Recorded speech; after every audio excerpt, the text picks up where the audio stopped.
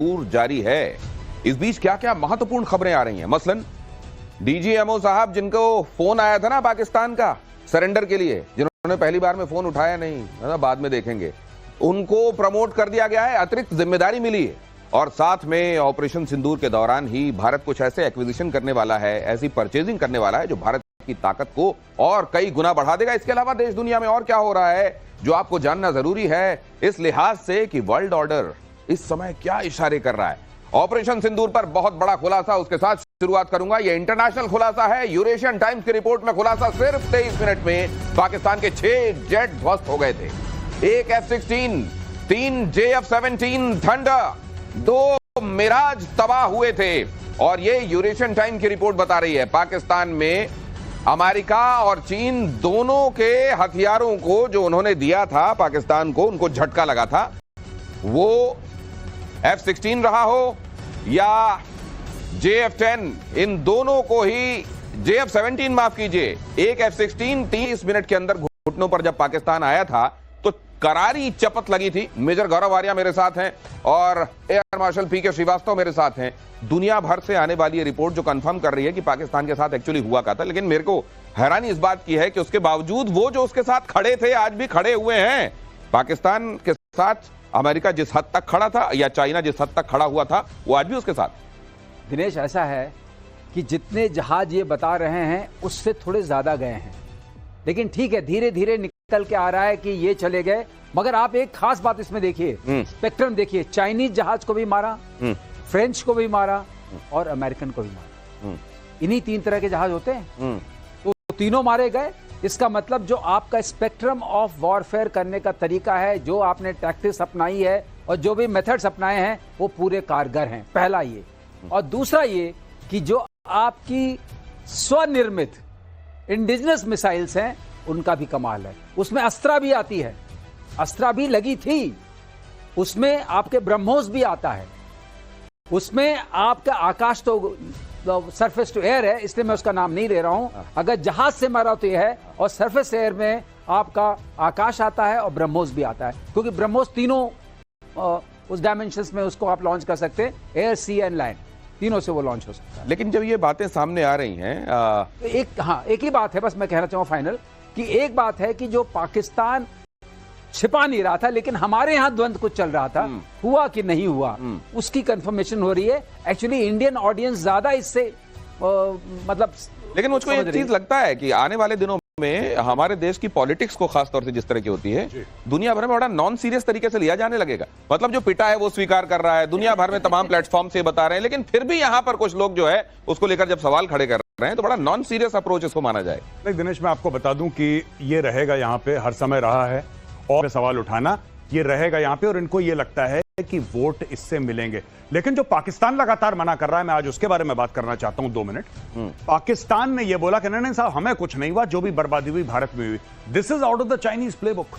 आपने देखा गलवान में, पहले गलवान में चाइनीज ने बोला हमारा तो नुकसान ही नहीं हुआ, भारत ने सब बता दिया था कि इतने वीरगति को प्राप्त हुए हमारे सैनिक, डे 1 पे क्लियर था। लेकिन चीन ने बोला कुछ नहीं। 1 साल के बाद चीन ने बोला हाँ 4 तो गए थे शायद।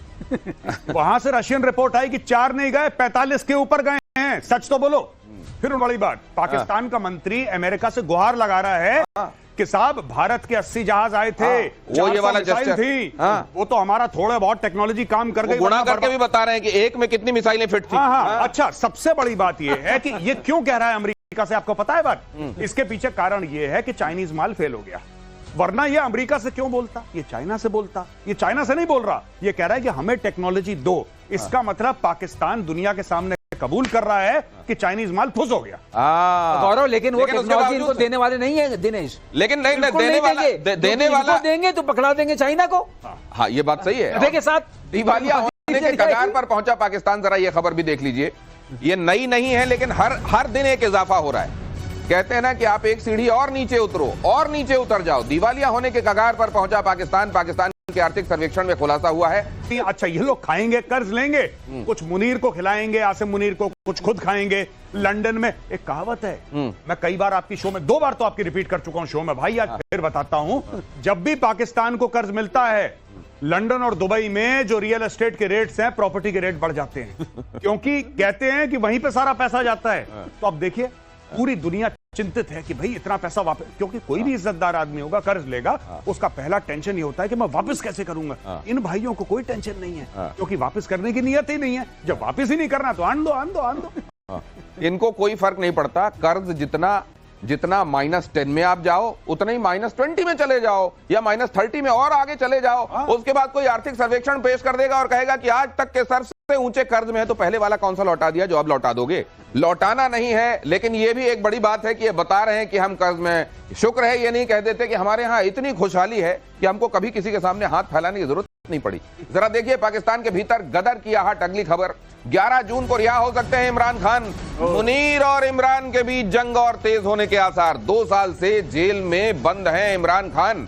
इमरान खान आप कह रहे थे कि बाहर निकलेंगे तो बड़े सारे डायनेमिक। 40 बिलियन दिया है 10 साल में, वो 4 बिलियन लेने के लिए कुछ तो करना पड़ेगा गौरव। बिल्कुल सर, बिल्कुल आप ठीक कह रहे हैं। बिल्कुल ये इमरान खान निकल गया तो मैं बता रहा हूं तबाही कर देगा इमरान खान पाकिस्तान के अंदर। लोग सड़कों पे आएंगे और लोग कहेंगे फॉर्म 47 की जितनी भी पैदावार है सबको ऊपर से नीचे सबको उतारो, कुर्सियों पे जो बैठे हैं सबको निकालो। ये क्या है फॉर्म 47?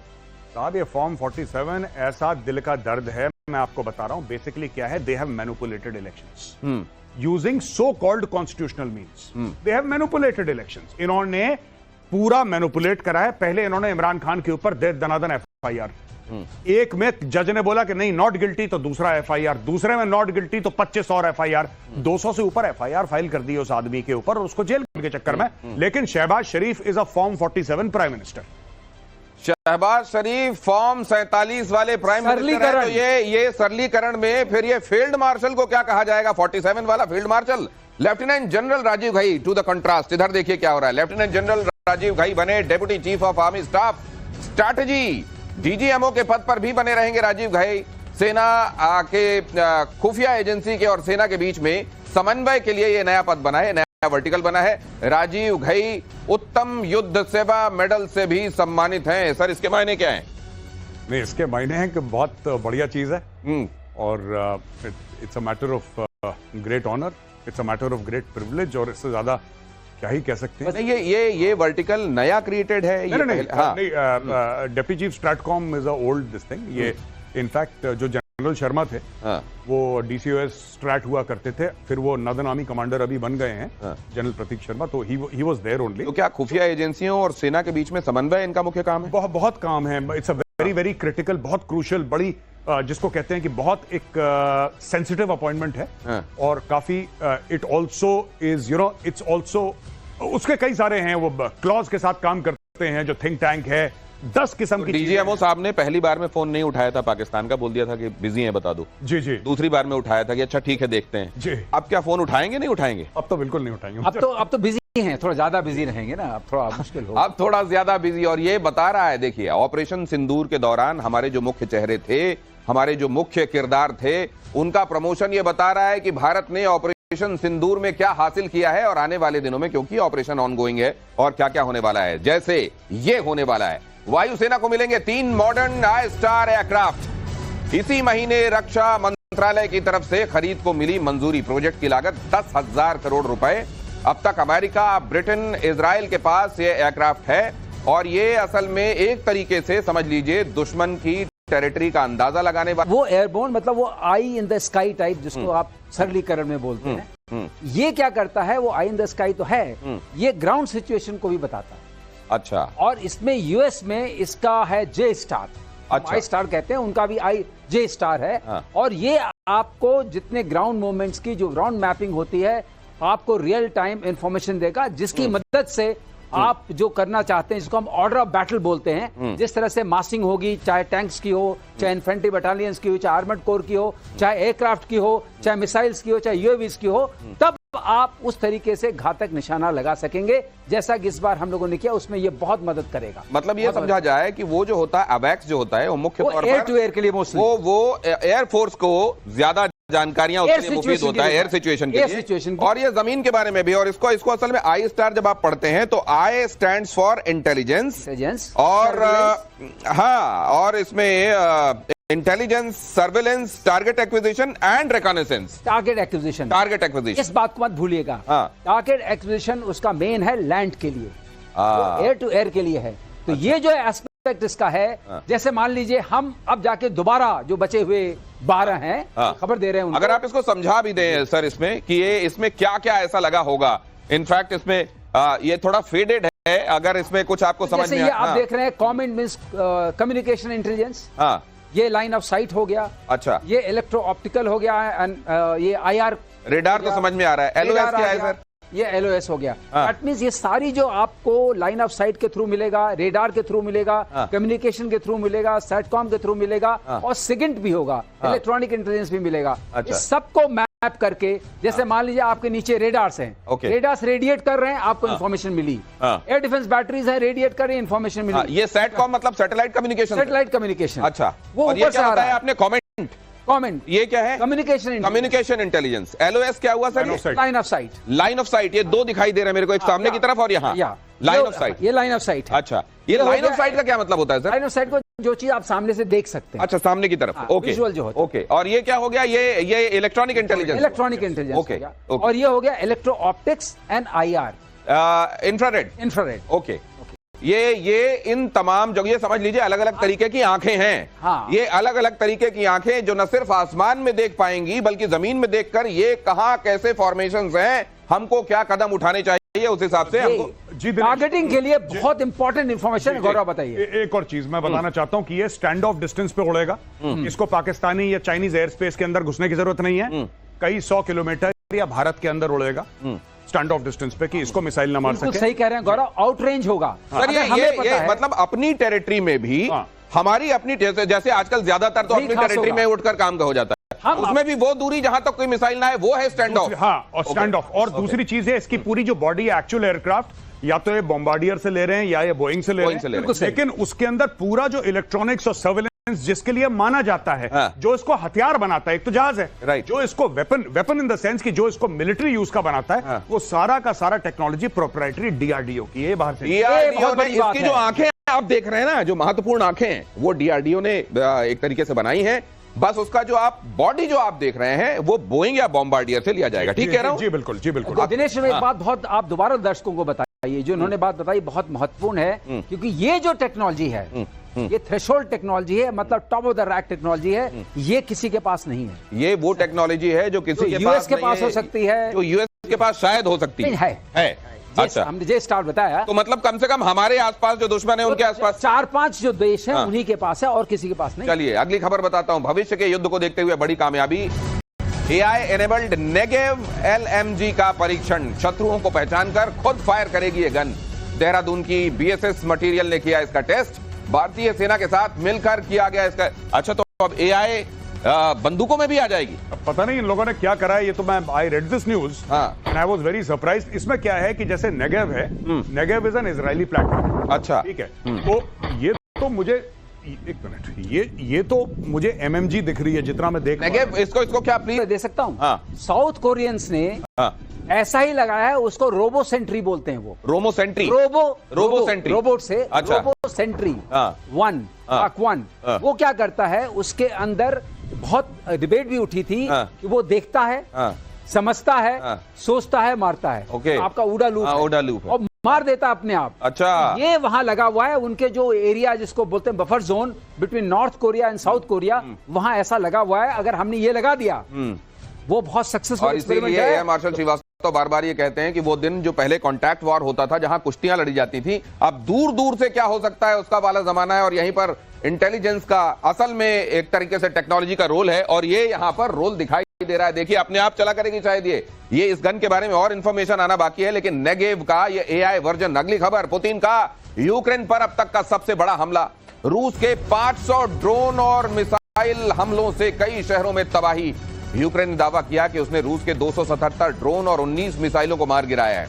तो ये देखिए, अपनी कुर्सी बचाने के लिए ज़ेलेंस्की यहां पर क्या करके आए रूस में, और अब रूस की तबाही जो बर्पा हो रही है पूरे यूक्रेन में, उसके लिए करें। सीधी सी बात है, हम उनको नहीं बेचेंगे जो आपके खिलाफ हैं, आप उनको मत बेचिए जो हमारे खिलाफ। गौरव, पहले ये वाली एक बात मैं ऐड करना चाहूं गौरव की बात में, वेपन बेचिए मत, टेक्नोलॉजी भी मत दीजिए। सारी टेक्नोलॉजी, मिलिट्री टेक्नोलॉजी वो रशिया से आती है, चाइना में। वेपन मत दीजिए, टेक्नोलॉजी भी मत दीजिए, हम इंजन- आपके मित्र हैं, हम मित्रता को और बढ़कर निभाएंगे, लेकिन पहले ये तो कीजिए आप। और यूक्रेन को लेकर पुतिन का खौफनाक प्लान लीक। यूक्रेन के आधे हिस्से पर कब्जे की प्लानिंग में है पुतिन। यूक्रेनी ने कहा मॉस्को का जल्द रुकने का कोई इरादा नहीं है। आधे यूक्रेन पर कब्जे के लिए पुतिन ने 2026 की डेडलाइन रखी है। उनको फर्क भी नहीं पड़ता, बड़े आराम से इन्होंने तो कर दिया है जिनको जो करना था, लेकिन इनको ये मालूम नहीं होगा कि मार इतनी पड़ेगी और क्या क्या है। रूस टेक ओवर कर लेगा यूक्रेन को, रूस घुसेगा। अगले 3-3.5 साल उसको यह पता है कि ट्रंप तो बेवकूफी के अपने बयान देता रहेगा, कल ये कर दो, परसों ये कर दो, ये कर दो, ये तो बदलता रहता है। और ट्रंप कभी ऐसी बात नहीं करेगा जिससे उसने एक बार कोशिश करी थी चाइना को हड़काने की। हम तुम्हारी बात नहीं सुनते, पाकिस्तान को छोड़ के सभी उसको कह रहे हैं भागो यहां से, हम तुम्हारी बात नहीं सुनते। तो भाई कहीं ना कहीं तो उसको रुकना है, वो नहीं रोकेगा। पुतिन दंदनाता हुआ फिर जाएगा यूक्रेन के अंदर, पुतिन जाएगा अंदर। तो ये दोनों तरफ मक्खन लगाने से कहीं स्लाइस छूट तो नहीं जाएगी हाथ से? नहीं, ये इसके जबड़े बहुत कह रहा पता नहीं, अभी युद्ध चल रहा है, अभी मत पूछो। ना वो ये नहीं कह रहा कि अभी युद्ध चल रहा है, वो कह रहा मुझे पता ही नहीं, मुझे पता ही नहीं। अमेरिकन ने पूछा कहां गए पैसे, कह रहा है 100 अरब से ज्यादा तुम्हें दे दिए, कहां है? कह रहा ये मत पूछो, ये मुझे पता ही नहीं कहां है, वो तो लड़ाई चल रही है, बस मुझे कोई आइडिया नहीं है कहां गए पैसे। मेजर गौरव, ये बात भी चल रही थी कि अमेरिका से और बाकी जगहों से जो इनको वेपन और बाकी मदद दी गई है, उनमें से बहुत सारा भाई लोगों ने पार कर दिया है, दूसरी जगहों को या तो बेच दिया है या निकाल दिया है, या कहीं काम कर दिया उसका। नहीं, ये साहब देखिए, इन्होंने बहुत धंधे, अगर लड़ाई नहीं रुक रही, आप एक बात ध्यान देना, कभी ये मैं बड़े एक सोच समझ के बड़ी जिम्मेदारी के साथ कह रहा हूं, sir will agree with me, अगर कोई चीज नहीं रुक रही है इसका मतलब इकोसिस्टम बन गया, फायदा है किसी को, इकोसिस्टम बन गया है, उसमें फायदा है किसी। अगर कोई चीज नहीं रुक रही है तो ये समझ लीजिए उसका एक इकोसिस्टम बन गया है। और वो भले ही कहते हैं कि लाश में कई कीड़े जिंदा रहते हैं, तो वो कीड़े इसीलिए जिंदा रहते हैं क्योंकि वो लाश पर ही जिंदा रह सकते हैं। तो कई लोग ऐसे जो इस तरह की स्थितियों परिस्थितियों को इकोसिस्टम बना लेते हैं, जीवित रहते हैं, तभी ये सिस्टम शेल्टर, ये एक अलग धंधा वहां चल रहा है। उसको लगता है पक्का, आई एम श्योर ये भी उसी इकोसिस्टम में आता होगा। 2029 तक हमले की जताई आशंका, जर्मनी बोला देश को खतरा बढ़ा, यूक्रेन युद्ध के कारण यूरोपीय देशों में खौफ। तो अब जर्मनी अपने यहाँ बंकर वंकर और बना रहा है, हो सकता है कुछ दिनों में आयोडीन वाली जो दवाई हर साल एक बार निकलती है वो भी निकले। का नाम लिया, अभी आप देखना यूके में होगा, इटली में होगा, ये जितने भी नेटो के देश हैं ये सब में होगा, क्योंकि ये सब के सब अगर आप ज्योग्राफिकली देखेंगे रूस के बहुत निकट हैं। Ukraine is eastern Europe, Ukraine कहीं नहीं है, यूक्रेन यूरोप में है, ईस्टर्न यूरोप है। तो अगर यूक्रेन को निपटा सकता है तो लेफ्ट राइट चला गया तो खेल कर देगा। और कई छोटी कंट्रीज हैं जो कि इसके लिए लंच डिनर नहीं है, इसके लिए स्नैक है। एक छोटा सा पकौड़ा लिया, पनीर का मुंह में डाला, आगे निकल गया, पता भी नहीं लगा कब फ्राइज एक निकल। फ्रेंच नहीं जोड़ूंगा उसमें मैं। लेकिन ये जो स्थितियां बन रही हैं, ये बीच में जो ये खुद को बताता है कि देखो इंसुलेशन मैं ही हूं बीच में, वरना वो सीधे आके मारेगा, हो सकता है मैं थोड़ा बहुत बचा लूं। ये इस वजह से इसकी ये वैल्यू बनी रहेगी और इसको ये मदद मिलती रहेगी। हाँ, इसकी यही वैल्यू है यूक्रेन की ज़ेलेंस्की की खास तौर से। देखिए, यूक्रेन वाले तो विक्टिम हैं, यूक्रेन के जो लोग हैं उनके साथ बुरा हुआ है, अटैक उनके देश पे हुआ है और हजारों की तादाद में लोग मर गए, लाखों की तादाद में बेघर हो गए।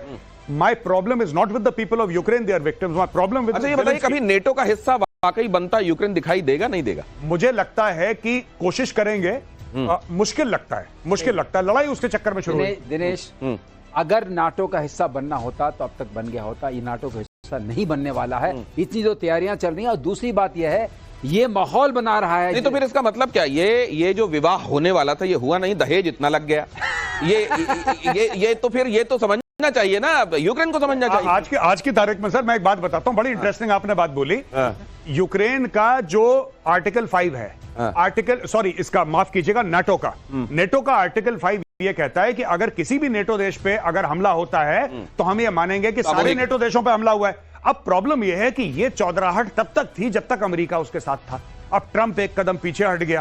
आज की तारीख में ट्रंप अगर पीछे हट गया और इन लोगों ने यूक्रेन को ले लिया नेटो में और फिर यूक्रेन के ऊपर अटैक हुआ और ये बाकी माइनस अमेरिका ये कहते हैं कि ये हमारे ऊपर भी अटैक है, तो कितने ऐसे नेटो के देश हैं माइनस अमेरिका जो रूस से लड़ना चाहिए। एक और जारी, चीन के नेता लगातार ताइवान पर अटैक की धमकी दे रहे हैं, पीएलए के ऑफिसर्स भी ताइवान को वार्निंग दे रहे हैं। हालांकि ताइवान ने अमेरिका और दूसरे देशों के सहयोग से अपनी रक्षा क्षमता में जबरदस्त इजाफा किया है।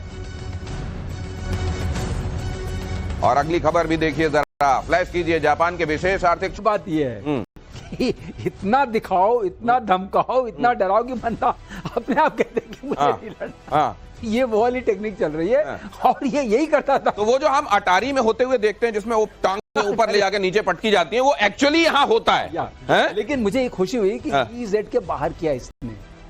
ये EZ में आया लेकिन हाँ। टेक ऑफ लैंडिंग में अभी पढ़ रहा था। लेकिन फिर चाइना की ग्रैंड डिजाइन क्या है, क्या दिखाई देता है, इस सबसे क्या करना चाह रहा है वो? इसको बंबई में हूल कहते हैं। हूल हूल देना, हूल पट्टी। हूल पट्टी, हाँ। हूल दे रहा है ये। हाँ। और देखिए बात यह है कि ताइवान के ऊपर लगातार प्रेशर बनाने की कोशिश। ताइवान ने, मैंने सुना है कि भारत को अप्रोच करा है। सर वो अपना D4 है, वो ड्रोन वाला। हाँ, तो जिसमें सॉफ्ट किल और हार्ड किल, काइनेटिक, नॉन काइनेटिक ऑप्शंस हैं, वो ताइवान ने भारत को अप्रोच करा है कि क्या आप हमें ये सिस्टम दे सकते हैं? हमें आपसे सिस्टम खरीदना है। तो वो एक ऐसा सिस्टम है जो कि आइडेंटिफाई करता है ड्रोन्स को, इनकमिंग थ्रेट को, और फिर या तो उनको जैम कर देता है सॉफ्ट किल से या उनको लेजर से मार देता है। आप ही की शो में पहले भी हम लोगों ने कवर करा है। दिनेश, वही सिस्टम है। एक और ये चीज जितने दिनों से थ्रेट चला आ रहा है और वो लोग आईडी बिछा रहे हैं अपने दिनेश, आप। मैं तो सीरियस नोट पे बताता हूं, जैसे कर्नल जलेंद्र। सीरियस नोट ये है कि ये चाइना कभी भी उसको फोर्सफुली ले नहीं सकता, क्योंकि उसकी जो 3/4 है, जो ईस्टर्न साइड में फॉरेस्टेड है, टेरेन है, ये और बीच लैंडिंग नहीं हो केवल ये सकती। ताल ठोकाई जारी रहेगी, ये मूंछों में ताव जारी रहेगा, उसके बियॉन्ड नहीं हो सकता। अमेरिका में तीसरे दिन भी जारी हिंसक प्रदर्शन। लॉस एंजलिस में सड़कों पर भारी आगजनी, सैकड़ों गाड़ियां आग के हवाले की गई। सड़क पर सेना उतारने की तैयारी में ट्रंप। ये देखिए जरा क्या चल रहा है अमेरिका में। और अमेरिका, जैसा कहा जाता है कि इतना बड़ा चौधरी है कि पाकिस्तान और हिंदुस्तान के बीच में कुछ हो तो फोन करके मामला शांत करा सकता है। तो मुझको लगता है ये तो उसका अपना घर है, यहाँ तो उसका एक फोन कहीं पर भी चला जाएगा। सिस्टम है वो कितना एक्टिव हो, अरे भारत में तो हो ही नहीं सकता कुछ ठीक, और भारत में तो इतनी दिक्कत है। और ये अमेरिका जिसको हम कहते हैं ग्लोबल सुपर पावर, वहां पे कुछ हाथ में नहीं है इनके, सब आग ऐसी जल रही है। इट्स जो लोग बता रहे हैं लॉस एंजलिस में it's like civil war on the streets. हाँ, बहुत बुरी तरह, बहुत बुरा। और जैसा वहां पथराव वगैरह दिख रहा है, पुलिस की गाड़ियों पे पत्थर मार रहे हैं, झंडे पे थूक रहे हैं, न जाने क्या क्या हो रहा है। आपको अफ्रीकन कंट्री टाइप लग रहा है। हाँ, वैसे ये ट्रंप जब मेरे को याद आता है ट्रंप की कहानी जहां से शुरू हुई, मैक्सिको के बीच में दीवार बना देंगे से जो मामला शुरू हुआ और आज ये यहां तक पहुंचा है, और अभी भी उनको आइडेंटिफाई करेंगे और अपनी जगह पर भेज देंगे, हम नहीं बर्दाश्त करेंगे। अभी कह दिया उन्होंने, they will spit and they will be hit hard. ये सब जो वो कहते रहते हैं, ये कहां तक सिचुएशन जाती दिखाई दे रही। एलन मस्क दूर चले गए, दुनिया भर में थू-थू हो रही है ट्रंप की। यहां पर जो हो रहा है वो ट्रंप ले किधर जा रहे हैं देश को? मुझे नहीं लगता, ये थोड़ा भौकाली आदमी ज्यादा है। ये जैसे कि लड़ाई खत्म कर दूंगा 24 घंटे में, अभी तक चल रही है। अभी हमने कवर करा था 3 मिनट पहले की ड्रोन मार दी, ठीक है। तो ये सारी की सारी चीजें, मैं वॉल बना दूंगा, और बनाओ भाई, किसने रोका है? तुम्हें अपनी जमीन पर वॉल बनानी है। अब इसने एक और बोल दिया, कैविएट उसमें दे दिया कि दीवार तो मैं बनाऊंगा, पैसा मैक्सिको देगा। मैक्सिको ने बोला पागल हो, हम क्यों पैसे देंगे तुम्हें, पैसे भी हमसे चाहिए तुम्हें। अब ये मामला फेल हो गया। अब ये देखिए ना, बहुत सारी ऐसी चीजें कहना, मुझे लगता है कि बंदे को, कोई भी हो, इंसान, आप, मैं, जो भी हो, थोड़ा सा कम बोलना चाहिए, थोड़ा सा हल्का बोलना चाहिए, कि हमारी बात ऐसी ना कि बात झूठी नजर आए वहां पे, कि सब लोग बोले साहब ऐसी यूएस का प्रेसिडेंट है, फेंकता रहता है। गौरव थोड़ी सी बोलता, मैं ये बता रहे थे ना गेस्ट रूम में कि ये कहां से निकला है, ये तो बता दो अभी। लेकिन उसके लिए एक अलग से प्रतिशोध के एक अंक में हम जुड़ेंगे, क्योंकि आज वक्त इजाजत नहीं दे रहा है। देखते हैं कहीं ये जैसे कह रहे हैं will make America great again, उसमें भी कहीं एस्ट्रिक ना लगा हो कंडीशन सप्लाई। आज के लिए इतना ही, प्रतिशोध जारी रहेगा। दुनिया भर में क्या चल रहा है इस पर भी निगाह रखेंगे। आज के लिए इतना ही। जनता क्या बोली, नरेंद्र सरेंडर या नरेंद्र धुरंधर? 11 साल का सबसे बड़ा काम जनता क्या मानती है? ऑपरेशन सिंदूर पर देश मोदी के साथ या विरोधी के साथ? क्या 80% तक देश की जनता मोदी के साथ खड़ी है? नाविक